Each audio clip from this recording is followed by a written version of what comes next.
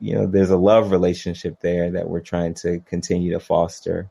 I think it's really difficult sometimes in the midst of the stress and of running a business to remember, to stay connected in those ways. We have to just be really intentional about that. And I think we found ways to be able to do that through like team building activities, but then also, being careful about or intentional about like how we are communicating with one another, the platforms in which we speak, being able to separate, business from pleasure, business from personal. I really enjoy working with this team just because they come with a diversity of perspective. We come at things with a diversity of perspectives based on our experiences and our strengths, our weaknesses.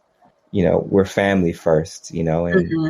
I think that lets us be more, outwardly focused on like creating the community that is our goal and creating a family oriented and safe and secure atmosphere for the people that walk in our door.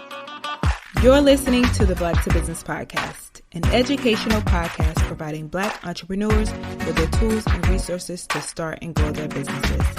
We chat with vetted Black entrepreneurs, thought leaders, and business owners as they provide tips and resources to help take your business to the next level. I'm your host, Monique T. Marshall.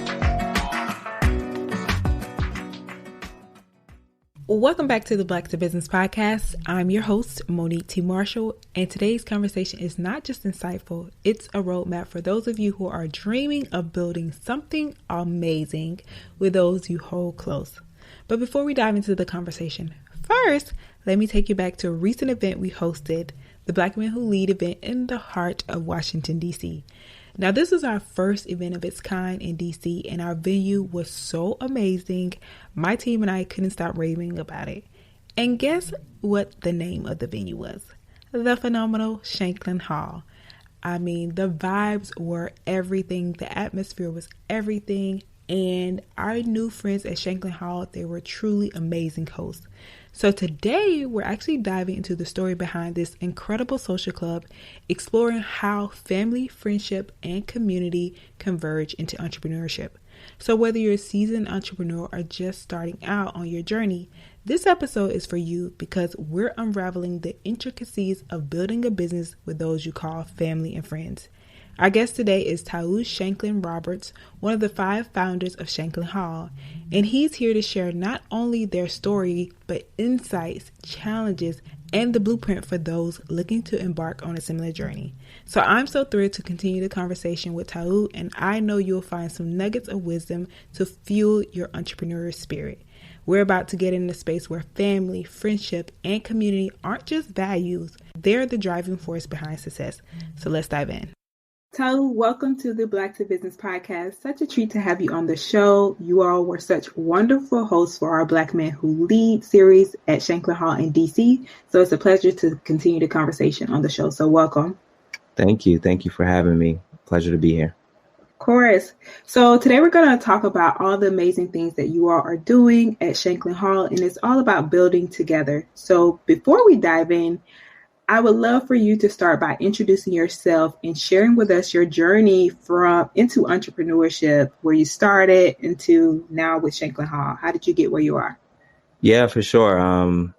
I started my journey in entrepreneurship outside of building Shanklin Hall, actually. I also own a number of residential real estate properties.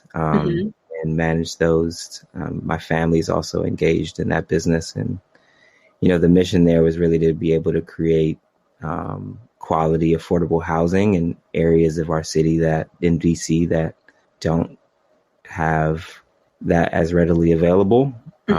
Some of the amenities that exist in some of the, outside of certain neighborhoods. And so, we've been effectively doing that for a number of years now.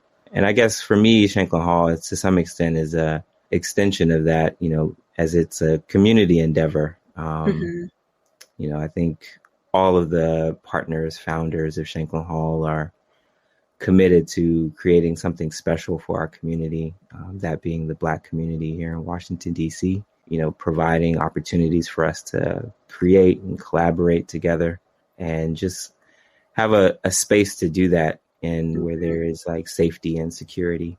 And so, we engaged on that journey of establishing Shanklin Hall in 2019 when we did a retreat out in Farmington, Pennsylvania, where we took 40 folks to a retreat space there to, rest and rejuvenate and, build community.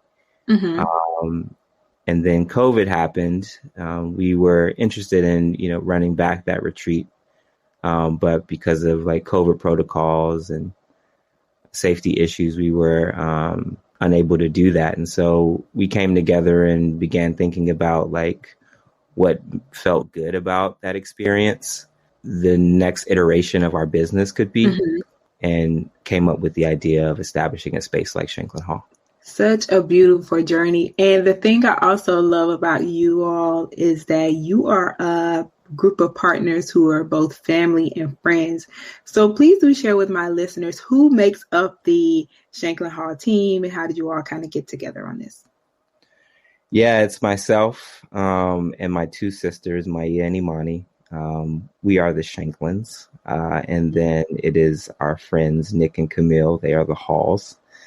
I don't know that many people know that Shanklin Hall is really just a combination of our last names. I think it's meant to be somewhat of it's not meant to be, but it is a double entendre in the sense that it's like our names put together, but also a hall is a place of gathering, social space. And so we felt that name would be fitting for what we were putting together. I think, our motivators are, creating a legacy for our family, and for our community here in DC. And so, naming it that seemed appropriate. And it's great to be working with my family and close friends on something so special. I think, having that connectivity, that level of intimacy among our group, helps us get through some of the obstacles that exist in creating something like Shanklin Hall. From trying to figure out, financing for the endeavor to, the day-to-day operations of the space. We're able to communicate effectively, with some emotional intelligence because, there are these foundations of relationships that exist that inform our ability to be able to do that effectively, just to be able to like see and work with my family in this way and understand their, professional interests and abilities is special, is something worthwhile as well. In terms of the experience, we all have been working separately, professionally up until the establishment of Shanklin Hall, and to see their strengths in this space has been, really exciting for me just to better understand who they are as a person, like the totality of who they are as a person, just because, we've had to be so closely aligned to pull something like this off. Yes. And I love it, especially when we were able to experience the space, such a community vibe. It just felt like family, and the decor is amazing. So you all have definitely really outdone yourselves. So one of the things you spoke about is the retreat, and then how this kind of like also inspired Shanklin Hall. So your social club is different. It emphasizes community, creativity, and wellness. Can you elaborate on how these pillars are reflected in the experiences and the events that you offer at Shanklin Hall? Yeah, for sure. I think at the top of this conversation, I talked a lot about community and how important that is to us, and so I think that's self-explanatory. I think creativity and wellness, are pillars. And I think we think broadly about what that means. There's all types of creativity. There's a number of ways that, we can be experiencing wellness. I think we define those things as being whatever our community thinks they are, right? Folks like yourselves come to us with an idea, and, we want to work with them to, be a platform for that idea, and have Shanklin Hall be a space or a home for people to, share those ideas and to get off their dreams, and whether that be, something in the field of visual arts or whether that be some sort of professional collaboration. Mm-hmm. I think there's a creative way to think about like, all of our pillars. And so like, I think, yeah, I mean, we wanted Shanklin Hall to stand for something, and so I think in the outset of of creating our business, we thought it would be really important to create not only a mission, but like pillars that drive that mission. Like what are the elements, what are our focus areas that help us like drive, creating a home for, the Washingtonians, that want to, be in a space like ours, that are pushing forward, their agendas, their respective and collective agendas as it relates to those pillars. And it also helps us like frame kind of our business activities, when we're engaging people that want to do things in this space, we can reflect back on our pillars, and, those are guiding principles for, if and how we are aligned to these potential partners. So I love that. And so one of the things you also spoke about is some of the advantages of running a business with loved ones. This conversation is all about building together and how you all have been able to do that as family and friends, and also build this community. So for somebody who's listening, who's like, I'm considering running a business with those people that I love, what are some more advantages or the strengths that you say it has for those who are listening to say, okay, this is the right move for me? Yeah, I think for us, I mean, like the level of intimacy that exists in our relationships has been an advantage. I think we know each other well. We know each other's strengths and weaknesses. We can identify ways that we can all add value to what it is that we're doing. Much easier than like if I'm working with a stranger and haven't worked with them in this capacity. Yeah. I think, those can also be, flipped on their head and, be somewhat disadvantages as well, right? Because, there's a love relationship there that we're trying to continue to foster. I think it's really difficult sometimes in the midst of the stress and business of running a business to remember, to stay connected in those ways. We have to just be really intentional about that. And I think we found ways to be able to do that through like team building activities, but then also, being careful about or intentional about like how we are communicating with one another, the platforms in which we speak, being able to separate, business from pleasure, business from personal. And I really enjoy working with this team just because, they come with a diversity of perspective. We come at things with a diversity of perspectives based on our experiences and our strengths, our weaknesses. We're family first, and I think that lets us be more, outwardly focused on like creating the community that is our goal and creating a family oriented and safe and secure atmosphere for the people that walk in our doors. Yes. Beautiful. And speaking of, you kind of touched on everything is not roses, but you all are able to navigate that within yourselves, amongst each other. And I want to talk about some of those challenges that you might face outside of the organization, and how do you all navigate those challenges together? So with any venture, there's going to be challenges in entrepreneurship. So how does that familiar and friendship bond help your team to navigate these challenges? That's a good question. Yeah, I think, as I mentioned, like, I think we're very intentional about like how and when and where we're communicating. We've adopted tools to be able to kind of maintain that effective communication style among our team.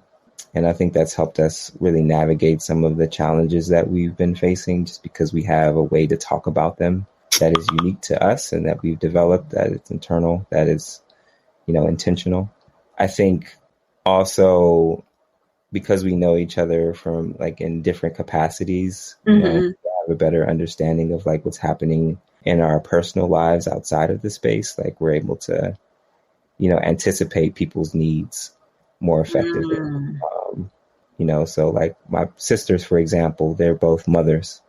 Mm-hmm. I know that they have children that they need to support after they're off from school, and so, that knowing that like informs me to be careful about like how and when I'm sharing information with them. Mm-hmm. Just be more thoughtful about like, their energy and their capacity to manage whatever obstacle that I'm bringing to bear or bringing to the group. Yeah, that's really good because I think, especially when you're doing business with family and friends, people oftentimes struggle with how do they maintain that healthy balance between that personal and then that professional aspect of the relationship. So you knowing that it's like, okay, this is how I'm going to handle that. And any other tips for someone who might be thinking, okay, how do I balance, that personal and professional, where it's like they might not take on those cues to know, okay, this person is dealing with this, but what are some other ways that they can try to do that balance? Yeah, I think related to what I just said, I think it's really important to be extremely transparent about what's Mm-hmm. happening in your personal life so that, your partners can be thoughtful about it as they're engaging you on the business endeavor. Mm-hmm. Um, with a business like ours, we've had to be transparent about like our personal finances and Mm-hmm. not just like some of the day-to-day things. I mean, those are that is a day-to-day thing, but like not just like the care and management of our families and partners and, other elements of our lives. We also all work full time outside of Shanklin Hall, Mm-hmm.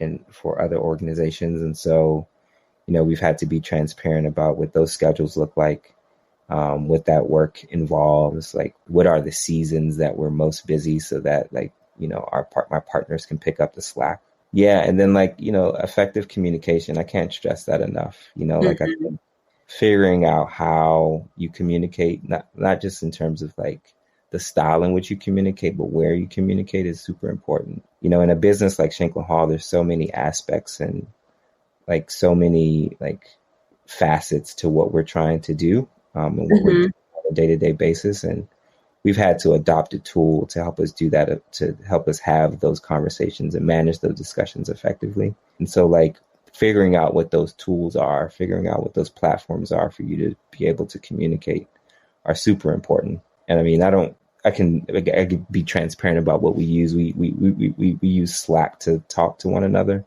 I mean, Mm-hmm. in that we've like developed these various channels, to have different kinds of conversation. And within that, we've, created these workflows to help support the sharing of information and the like review of certain decisions that need to be made, and having that at the outset, I think has been like super important, for our success because, there was already like a structure or these scaffolds that exist that Mm-hmm. allowed us to be able to like manage the communication that, was necessary for developing our business.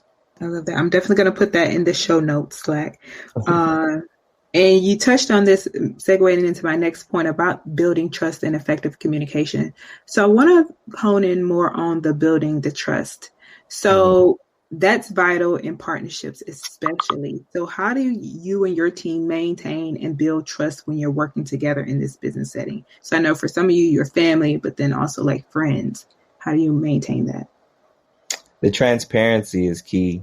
And, Mm-hmm. I don't know that trust exists without transparency, and so like, beginning, like, sharing and sometimes oversharing kind of like what's happening in our lives and, how that's making us feel, on different levels has been super important and helpful for us. I think also just like giving people the agency to, do what it is that they're responsible for without much intervention, and allowing that process to take shape. I think, so oftentimes we work differently, in teams as we're trying to work with teams, and like those different like work styles sometimes can clash. I think, we've had to think about the varying, work styles of our partnership group and allow people to like work within the style that best suits their needs and ways of working and just like provide them the room and agency to be able to do what they need to do without, us butting in, and I think, that helps to build trust, knowing that like your partner got it, and they may not do it the way that you want them to do it, but it'll get done. I think also, creating room and space for constructive criticism helps build trust as well. I think, oftentimes we find it difficult to like talk to someone that you're equal about ways that they're not being effective, but honesty, and transparency are like super important in anything, but particularly in business partnership, because identifying those areas for growth ultimately are just going to support the growth and development of the business, because folks are working on being better always. Yes, that's such great advice, building that trust and transparency. I love that. And then, so you kind of touched on this earlier, is that there are sometimes disagreements or there might be conflicts within a team. So how do you all handle these disagreements and conflicts? And what are some of the methods that you found are effective in resolving these issues? Yeah, I mean, if it's a simple decision, then it's a majority rules kind of thing. But if it's something that like has implications that are significant, we tend to try to talk it out, and, create opportunity for everybody to share their perspective and come to a compromise. I think, as I mentioned, like we use Slack to communicate primarily in terms of like the day-to-day of things. But like when decisions can't be made on, via that platform, we'll, meet in person, call a virtual meeting or whatever needs to happen to be able to have a conversation to arrive at the decision or to deconflict our interests. Got it. And so one of the things you also mentioned earlier is that I love that you said that people's working styles are different. So understanding their working styles, the differences in how people thrive. And I also love that you mentioned earlier the diversity of your team. So people have these different skill sets. And I know us interacting with your team, it was so great because it was like, okay, this person handles that and we knew who to go to for this or that. So being that your team is very diverse, how does this diversity enhance the quality of your services and events? So I just spoke about it kind of from my perspective, but you more so speaking about the strategy behind that when it comes to your services and your events at Shakeland. Yeah, I mean, I think it's a requirement that like it's a necessity that we're all like managing different things, like you've engaged Camille probably the most of us all, just because, we have an event in our space and she runs programming and events for us. But behind the scenes, like there's a conversation happening about what is the implications of this event or program on, our food and beverage program or our facility, and, what decor might they want, and there's a person on our team that's like, focused on that. If there are any changes to that aspect of things per the program, like how are things being marketed?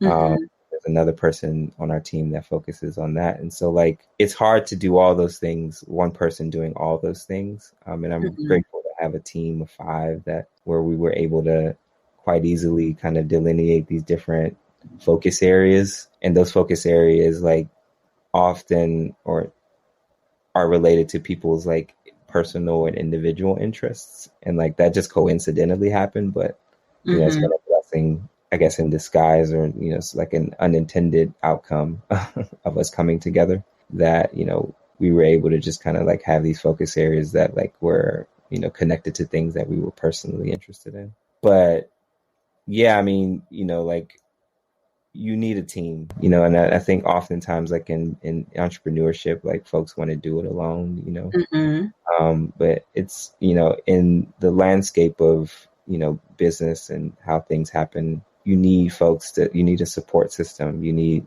partnership, you need, employees to support you. Everybody has to be on board and kind of manage their role and have, clear roles and responsibilities. And, having that has just been like integral to what we're doing. I don't know if that answers your question, but. Yeah, it definitely does. I think that in all of this is really important because what you just mentioned, like some, especially in entrepreneurship, we try to do things alone. And Hmm. for you all, you have a team of five. And for a lot of people, it's like, okay, I'm trying to do this alone. I may not have partners in my business, but I might have family members that I'm working with or friends that I'm working with and brought them into my business. So I want to talk about what advice you would offer to these entrepreneurs about embracing that diversity in their own teams and also using it as a strength because it can't always be your way or one way. Yeah, for sure. I think in doing that, you got to be really accepting of that like diversity of thought, and be willing to take on that type of thought partnership with whoever you might bring into your business or your idea. Um, it's one thing to, say, oh yeah, I'm willing to have that conversation. And there's another thing to like really be open to like the results of those discussions and drive towards the outcomes that are just talked about in partnership with whoever you're working with. It's collaboration is action oriented, and it requires some intention. And so, I would say just to be like really thoughtful about like who that team, what that team looks like that you're building, Mm-hmm. and take an audit of like, what it is that you personally can do or can't do, your, strengths and weaknesses, and try to, match those with whoever you're trying to build with, and like try to look for those synergies or those areas of conflict, pretty early on, because when the rubber hits the road and, things become really significant, Mm-hmm. it's hard to like roll back. Mm-hmm. Mm-hmm. And so I think you just have to, at the outset, just be really like thoughtful about like the team that you're assembling, the people that you want to involve, the ways that you want to involve them, and, and be clear on like what the roles and responsibilities are for those individuals. Yes. And yes, setting those expectations early. For sure, for sure. Yes. And Because I love mhm. if you don't set those expectations early, like so much will go unsaid, or and Mhm. undone, and you can't really afford that when things become intense. You can't like arbit those feelings or try to reconcile those issues, when you have to meet a deadline. Mhm. I think you kind of have to know how people are going to be and how they're going to add value from the beginning, so that you can like hold each other accountable to that. Mhm. Yes. And I love what you said about the diversity of thought. And speaking of that, and also, the diversity of thought and voices, when you know that this is what you have, how do you make sure that your team feels heard and they feel valued? I just recognizing ways of working, and Mm-hmm. understanding if that like one way of working might not necessarily align with how someone else does, Mm-hmm. so like while I'm able to like read and write and to find understanding, others might need a conversation or a visual, you know, Mm-hmm. and being, willing to allow information to be presented and talked about in different ways is important. Mm-hmm. I think, identifying, sometimes in business you have to make like quick decisions, and sometimes you need to make, be careful about your decision making, and I think creating a criteria for decision making is important, like what's a quick decision, what isn't, like what can be talked about in what space, what can't, so that like, you can really allow for everyone to be able to provide input in the ways that feel most comfortable for them. I love that. Creating a criteria for decision making. Hmm. That's good advice there. Love it.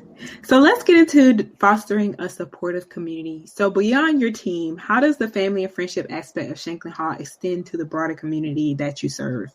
Well, I mean, in our build out, which was just not too long ago, I mean, we really looked into our network to figure out like who was within it that could support that particular effort. We found a number of friends that were willing to lend time and energy to help us think about, how we configure the space, and different elements within it.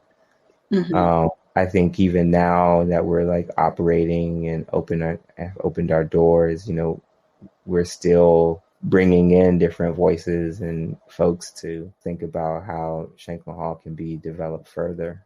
I think what guides that is just like an appreciation for continue learning and growing, and knowing that like everything doesn't exist on our team, and, being willing to like outsource or, find some support elsewhere. And I think, we've been pretty outspoken about like how this is a community endeavor. And I think because of that, people have like volunteered themselves to be supportive of like what is that we're building at Shanklin Hall. I think we're a business for sure, a for-profit entity, but, I think, ultimately like the goals of the business span well and far beyond like enriching ourselves. We want, the space and the events within it and the programs that we implement to be extremely community oriented and like enrich a community that has given so much to, us, and this city. And I think, people have bought into that mission and those goals and have been wanting to support us. And like, we're extremely thankful for that support. But like, yeah, I think, being focused in that way, I think, creates or facilitates our own internal team's ability to like bring in that diversity of thought, bring in those like external voices, those stakeholders more easily and effectively than if we were, not as community oriented as, we've been. Yes. Love that. And so this is the Black to Business podcast, and we focus on Black entrepreneurs. So as Black entrepreneurs, what strategies can our audience employ to create this welcoming and supportive community around their own businesses? That's a good question. I think just be, honest and transparent about what it is that you're trying to do, like don't hide the idea. I think often, when we're trying to start a business, we feel like we need to like not workshop it. We need to like, keep a close hold on it and just try to figure it out on our own. But, I think what has helped us realize some of the success that we've enjoyed is like how outward we've been in terms of like talking about what Shanklin Hall is. And what it is that we're trying to do, because, those workshopping sessions, those conversations that we've had among each other and with like people within our network have really been pivotal in opening the doors that like allowed us to open our doors. And so I guess if I had to distill that into like one sentence or thought, it would be just to be open about sharing your idea, and like getting feedback very early from your support system, your community, your trusted advisors, because you don't want to like, create something and, be far down the line in terms of an investment, both in time, energy, and money into an idea that like hasn't been vetted, And I think you got to do that vetting pretty early on. And I think often, as entrepreneurs, we tend not to, unless, and it was easy for us to do that because there's really no like proprietorship over like what it is that we're doing. Like our business activities are, there's like a plethora of places on the market that like are, at their core, a bar and restaurant, and so, I think, but it's the things on the margin that I think, have been things that we had to like talk through and like workshop and like get vetting around that have been like super helpful. So I would say that, yeah, do that stuff early, like, talk out loud about like your goals and objectives. Because like ultimately like those conversations are going to lead to more conversations, which will lead to more conversations that will get you closer and closer to what it is you're trying to establish. Great advice. And now, any initiatives or activities that you can share that Shanklin Hall has undertaken to promote and strengthen the community ties, both within and outside of the business? So, what are some of the things that you all have done? Yeah. Well, we have our food incubator program, which is something we're extremely proud of. So far, we've had 2 chefs in residencies and I think Wow. 7 or 8 pop-up food events, and just provide that space for, culinary entrepreneurs in our community to be able to share their vision for food with our community has been like extremely um, rewarding, I'd say. And I Mm-hmm. think it's like helped lead them to other opportunities beyond our space, which is, great to be a part of. Um, Yes. I would like to pause there because that is amazing. I want to hear more about what that it looks like. yeah, so our food residency program is pretty much that there's a number of like culinary entrepreneurs. There's different types of chefs, like there's folks that Mm-hmm. work in restaurants, there's caterers, there's people that, um, just have a diversity of background, like a diverse background in terms of like culinary entrepreneurship, Mm-hmm. or just like working in the culinary space. Um, and so I think instead of creating our, own kitchen idea, I think we thought at least at the outset of our business, it would be cool if we gave them a platform to, share their food with the community or share their food with Mm-hmm. DC in the way that we do. And so the residency program, is a number of months where we take on a chef. They basically manage our kitchen. And so it's a Mm-hmm. business within a business. We do a revenue split with them after sales. And then I think the pop up program within like our food incubator program is I think um, quite similar in that for the time that they're popping up, which is usually a number of hours in a day, Mm-hmm. they're managing the kitchen and the goings on of it, and then we do a revenue split with them after sales. um, but I think we started that way out of necessity too, and I think Mm-hmm. going back to what we talked about earlier in terms of like honesty and transparency, none of us, have ever managed a bar or restaurant before, Mm-hmm. and, we were hosted events. And so, and like understood kind of the, on a very high level how a bar operates, but like how a kitchen operates is like, we were quite ignorant around. And so I think, Mm-hmm. we needed to, bring on folks that, had that knowledge and skill set because we didn't have that in house. And so we had to be honest and transparent about like what it is that our weaknesses were and, think creatively about like how we can overcome that obstacle. And, out of that honesty or, came, we created this like program, which I think is a very unique way for a restaurant to manage itself. Yes. And I think our community has really enjoyed the diverse offerings that we've been able to provide by virtue of that Mm-hmm. program.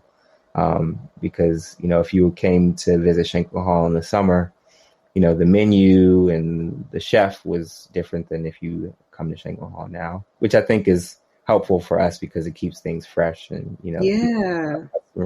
to our community wanting to come back, to try new things and um, not just expect the same old.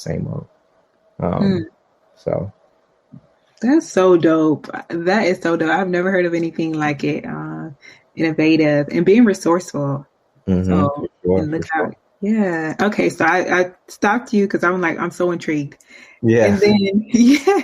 We also So, have a running exhibit. Our walls are spaces for Black artists to showcase their work. mhm. So Schenken Hall is a bar restaurant, but it also is a gallery.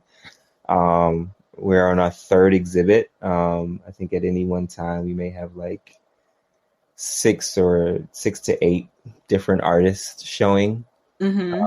We've sold or we've supported the sale of, I think, 4 pieces so far, which, brings income to those artists and provides them a platform for them to share their creativity and work with a community that may not have seen it elsewhere. And we're very generous in terms of like how we, share the revenue of that. I think most galleries, you can expect somewhere like a 60-40 split on that gallery taking a lion's share of that revenue. But for us, we're, as I mentioned, like we're just trying to provide a platform for the community. Yeah. And so obviously we need to be thoughtful about like sharing revenue because we have to operate this gallery. But like our split is nowhere near that 60-40 or 70-30. We're 90-10 actually, just to be transparent. What? Yeah. And wow. So, and the artist is taking that 90 and we're just taking 10 for like overhead costs. Right. And then also, we have a lot of our community has come out for the parties and events that we throw, live music, DJ parties. I don't know how many of them we've had so far. We have a number of them each week. Yes.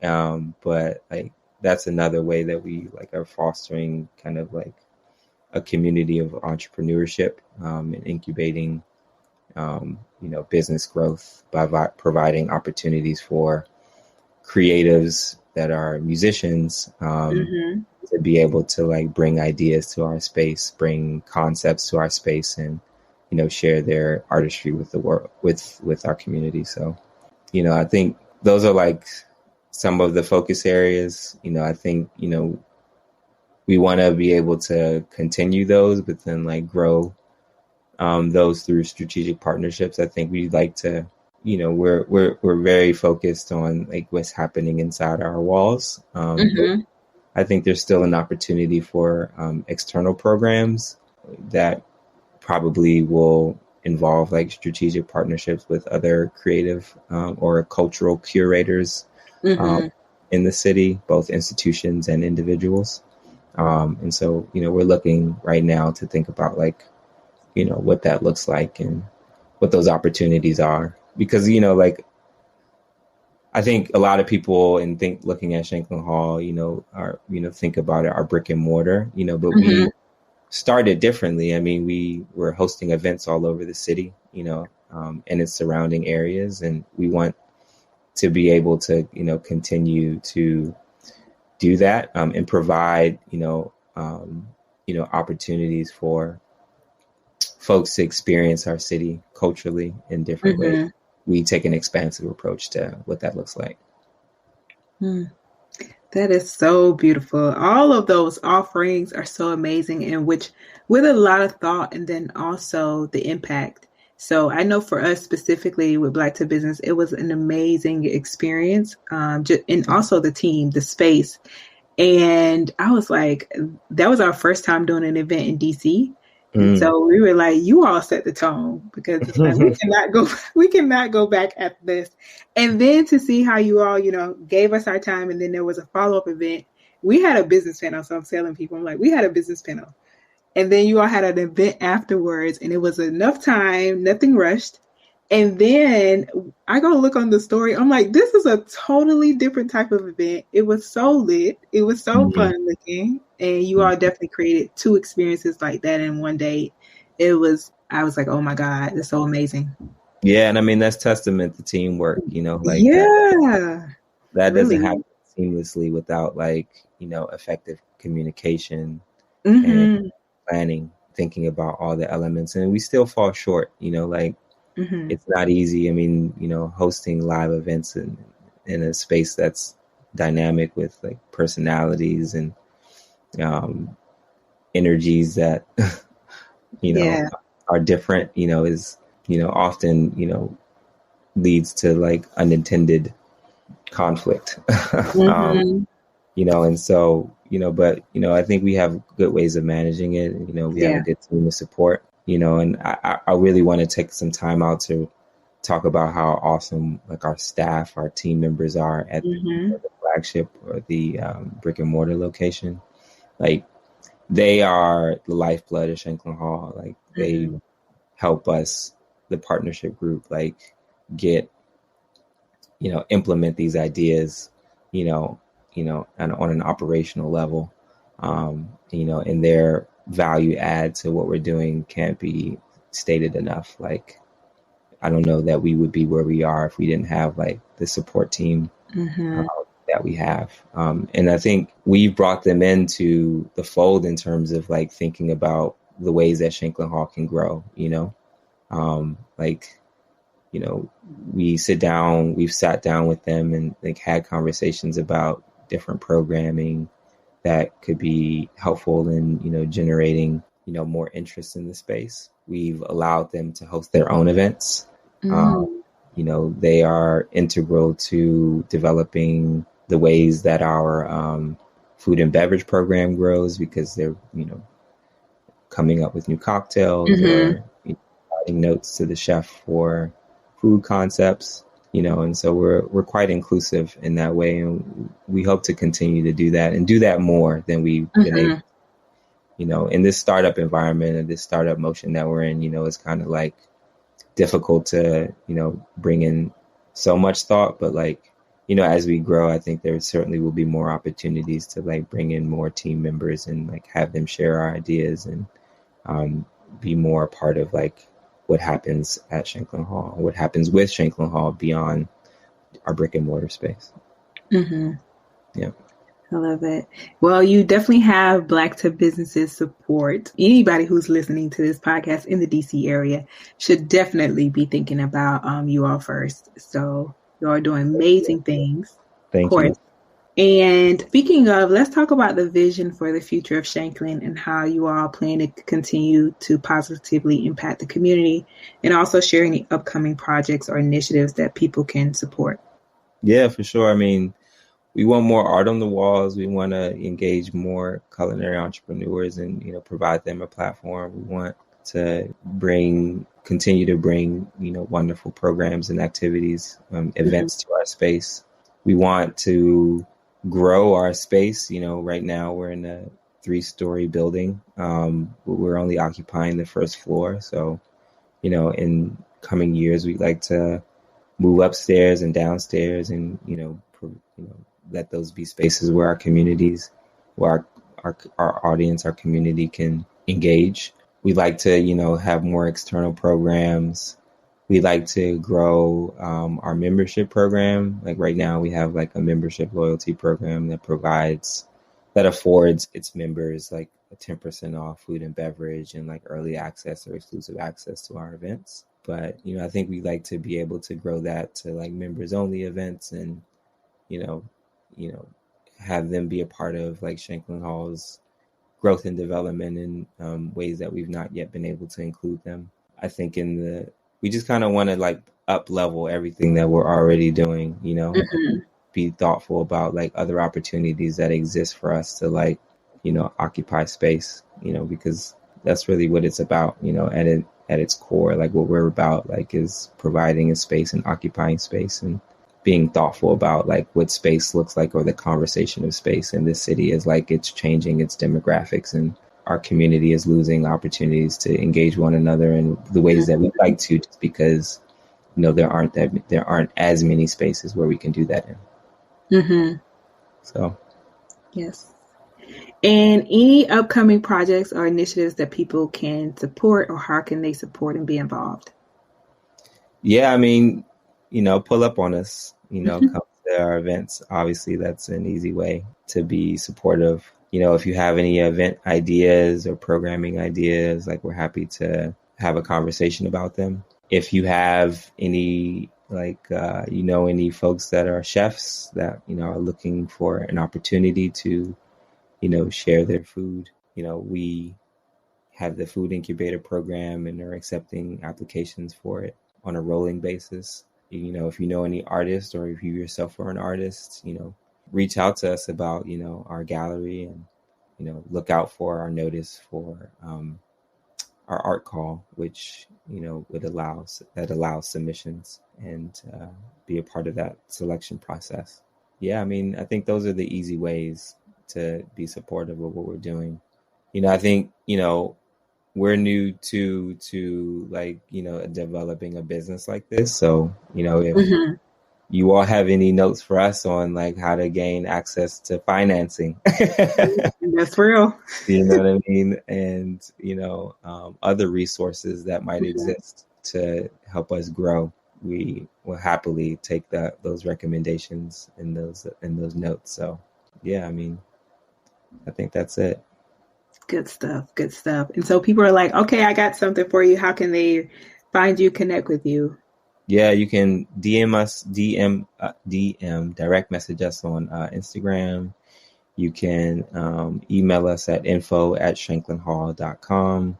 And those are the two ways to reach out to us. Or you can come to our space and, find one of the partners, myself, Tau, Maya, Camille, Imani, or Nick, or, speak with any one of our staff. They're representatives of Shanklin Hall as well, and can field your interests and ideas just as much as we can. Perfect. But Tau, this has been amazing. So we have a group of entrepreneurs who are listening who might be in their first year of business or early years of business. What advice would you give them? Give yourself grace. The things that you want to do, the goals that you might have might seem lofty, and they probably are. But like chip away at it, everything doesn't have to happen all at once, make incremental progress, because eventually like that incremental progress will add up to being something significant. Yes. Don't try to solve everything at once. Be focused on, your immediate priorities and put things on the back burner. I like to, in my like personal life, manage my priorities via like a doing and not doing list, so like I'll think about my week or my day, and I'll say to myself, okay, these are the things that I am going to do, and these are the things that I know I have to do, but that I can't do because I don't have the capacity to, or the energy to, or, and those things get put on the not doing list. Like they still are on a list, right? But they're just not focus areas for me in the present moment. So, I think that's a good way of kind of managing your priorities. I think also just like keeping a calendar and putting everything on it down to like your personal time, be very, think about what your energies are, by like for me, I have like my Google Calendar, and I look at it like most mornings and think I'm looking at all the things that I have to do. And if someone were to reach out to me and say, hey, let's do this meeting, on this day at time, I'm looking at what's happening around that day and time and trying to understand like how I'm going to be able to, meet that person and what my energy might be, and be very thoughtful, intentional about how I'm managing it, the time. And so, like keep a calendar, keep it to do, manage your priority lists, and you just don't try to take on too much. And then, reach out for support when you need it. We can't do anything alone. That's good advice. And Tau, you also mentioned that you also work full-time. So you're working full-time and you're managing a thriving business. Like, how do you balance? And then what advice would you give to those who are doing the same? I balance it with the calendar. I share my calendar between like my like full-time job and like my Shanklin Hall calendar. And so, I'm able to like block off different times for different things. And, I think I'm also just kind of like time management, really. That's all it really is. Yeah. And like not procrastinating.